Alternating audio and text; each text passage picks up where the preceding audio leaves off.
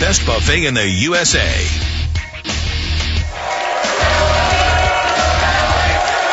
Welcome back, ladies and gentlemen. Cavs in 6 is what they're saying. That is the hope. As again, we get ready to head back to Oakland, to Oracle. I appreciate it. I appreciate it. You guys, just one quick programming note. I know at the top of the show I mentioned that Wale will be here, but unfortunately he is under the weather. He will not be able to join us. He'll try to catch us down the road, perhaps. Moving on. I hope so, too. Series tied at 2 apiece. We're heading back to Oakland. Again, like I said on Monday, that's where we will be. Odds makers have Warriors as 8.5-point favorites for Sunday's game. And also, after last night's win, our basketball power index says that the Warriors have a 71% chance of winning it all. Let's talk about home court advantage, shall we? How confident, Stephen A., are you that the Cavs can win at Oracle on Sunday? Damn. I say that because you're asking me hours after I watched one of the most horrific shooting performances in finals history. I have no doubt, based on the 3 days rest, that LeBron will be ready. I have serious doubts about J.R. Smith, Iman Shumpert, and Matthew Dellavedova. And I must admit that the rave about Matthew Dellavedova really, really got on my nerves. And the reason I say that, and you know, we just keep it real and we keep it straight here. And I understand that I'm polar opposite than my man Skip Bayless on this. That's why we do what we do. I'm very, very serious about my basketball in terms of evaluating talent. Predictions come and go. You don't know who's going to show up on a particular day, who's chilling the night before, partying a little bit too hard, not getting enough rest, all of that other stuff. But in terms of who can play and who can't, I'm very serious about that. And offensively, I don't find Matthew Dellavedova to be much to me. I never have. And so to me, when he came crashing down to earth yesterday, yes, fatigue played the role in terms of the dehydration from the previous game and all of that other stuff. But I just thought it was reality coming to crash down to earth with Steph Curry and the crew also saying, brother, you ain't on this level. Because I really feel that way about Matthew Dellavedova as a talent. And so now that Golden State has its groove, has its rhythm, remember, I picked the Cavs in 6. I have close to zero confidence in that pick right now. I'm almost willing to concede that this, at the very least, is going to go 7. And if it's going to go 6, it's going to be because Golden State's going to win instead of Cleveland. That's how I'm feeling right now based on last night's shooting performance. But I don't want to jump ship just yet. I am willing to say that, you know, there's a slight possibility that I may be wrong. But I think it's a better than 80% chance that Golden State's going to win Game 5. I just can't see. I can't see how Cleveland's going to come back from this, going back into that house. I think they woke up Golden State because you didn't just win 2 games. We talked smack about Draymond Green and what he was bringing. We talked about Harrison Barnes, how he didn't hit one shot. He was JR part 2, before Game 4. He did a Game 3. We talked about the league MVP and literally said that Matthew Dellavedova has his number. You just woke up some brothers that I think are going to show up for Game 5. Do I think that the Cleveland Cavaliers can come back here and win Game 6? Yes. I think they got a much better chance of doing that than winning Game 5. Wouldn't mind being wrong, but I don't feel right about much when it comes to Cleveland right now after that shooting display last night. Because if you ain't making shots, you just ain't making shots.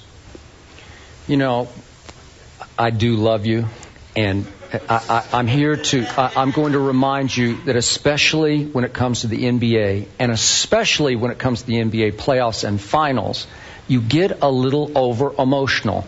You knee-jerk react one way and the other. That is fair completely about the finals, nothing else. The finals. The finals, I'm terrible with that. You're absolutely right. Allow me to help you and, in turn, help these fine folks who are here today. You know? I thought Cleveland should have won both games at Golden State. Seriously.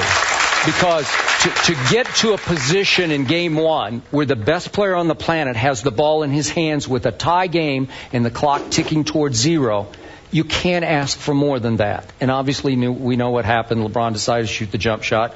Sometimes he makes those occasionally. Maybe he could have made that one, but you had a chance to win game one. And we'd be having a big different conversation right now if that shot had gone in. Mm-hmm. And then in game 2, we know what happened in overtime.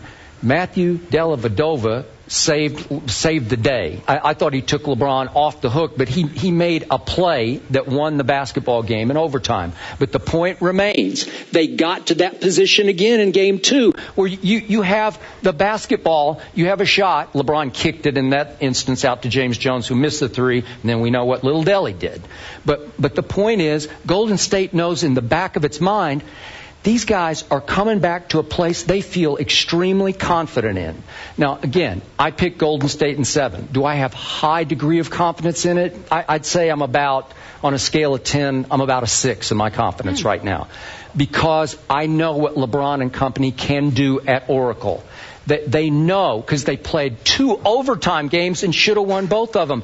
That's a pretty good thing to carry in confidence-wise. Mm-hmm. They like the rims, they like the view, they like the background. They played really well there, and I do not doubt they will play really well there again.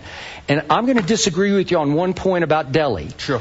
I still thought he did, and he didn't have him the whole time the way he did in games 2 and 3. But when he was on Steph last night, I thought he was getting in his head a little bit again. Steph finally started putting the ball on the floor and got a blow-by on him finally, because I said yesterday, Delly's just playing him like crazy at the three-point line to take away his greatest weapon. Steph did make one at the end of the third quarter that was huge in the game. But remember, you thought Steph was going to go for 40 last night. Yeah, but I don't have a problem with that because he didn't have to once we saw what Iguodala was doing. Iguodala was a star of the night. But right? I'm just saying, in other words, I'm thinking, because remember, Iguodala wasn't in the lineup. Nobody knew he was going to be in the lineup, okay? So you're anticipating that, all right, we've got to get our league MVP going. Steph's going to get the ball in his hands. He's going to go off. Because I wasn't worried about him. What happened is that Iguodala was in the starting lineup, and Moskov was on him. And they were standing 5 feet away from him, daring him to shoot. And Iguodala was like, okay. Thank you. And so you didn't need Steph Curry to do what he did. Secondly, to your point, you're absolutely right. Because I really, he's totally correct here. I'm a man. I admit it. I get totally emotional. I'm on the money and everything else, regular season, playoffs. But on the finals, I just get emotional, y'all. My percentage dropped by about 50%. This decade is just horrible. I'll be the first to admit I'm totally right about that. But the thing about it is that you find yourself getting caught up in the stories and what you want to happen because of what it means for the game, for a city, for every other. And then you're looking at the greatest player in the world and you're saying, all right, what do they have left in them? I'm looking at Cleveland right now. Here's my problem with Game 5. Skip Bayless. It's tight. What do you do Sunday night if it's tight? Because you remember you got Game 6. And remember you only going 6 deep. And so now we're not just talking about the game of basketball. We're talking about, all right, do we go for it all now? Do we spend ourselves? How much are we going to have left? Because we got to fly from Oakland back to Cleveland. You know, we got all of this stuff going on in less than 48 hours for a Game 6. You're thinking about all of these things. And you're trying to project, okay, what's their energy level going to be like? But more importantly, let's say they get down 10. Let's say they get down 12. Do you fight and fight and fight to come back like Cleveland could do? Or do you take your foot off the gas because we got Game 6 to worry about so we could force a Game 7? That's what my concern is. It's not just about the basketball. You're looking at how much are you going to put out because of the conditions you're working under in terms of rest, the flight across the country, et cetera, et cetera. You got to think about all of these things because this is one time where you wish that the NBA had stretched it out, where there was 3 days rest for every game. But it's not like that now, especially with the 2-2-1-1-1 format. Those are the kind of things I find myself thinking about, which is why I'm concerned about Cleveland, because I don't know if Cleveland is going to put up the fight and try to go for it to force a Game 6 where they're up 3-2 back here, or if they say, okay, it's too tough. We might not want to expend our energy because we got Game 6 to think about to try and force a Game 7. That's a fair point. It's something you're not just thinking about basketball anymore. You're thinking about all of this ancillary stuff that goes with it. Okay, so if Cleveland believes it can win a Game 6 back here on Tuesday night, right, it has to win 1 out of 2. And I'm with you. You would have to just sort of see where the game went. How it felt. Yeah, and you got to also have to have confidence in, can Blatt make that call? You know, because you're looking at it last night. Last night is simple, man. Oh, my Lord. LeBron had cramps last game. Deli had cramps, had to go to the hospital. And we don't go but so deep. No matter how tempting it was, LeBron and Cleveland should have strolled that ball up the court and took their sweet old time all game long. They didn't do it. They allowed Golden State to push tempo. And after every shot, made or missed, Golden State was running. The minute Cleveland scored, hustling down the floor, and Kerr just throwing bodies at him.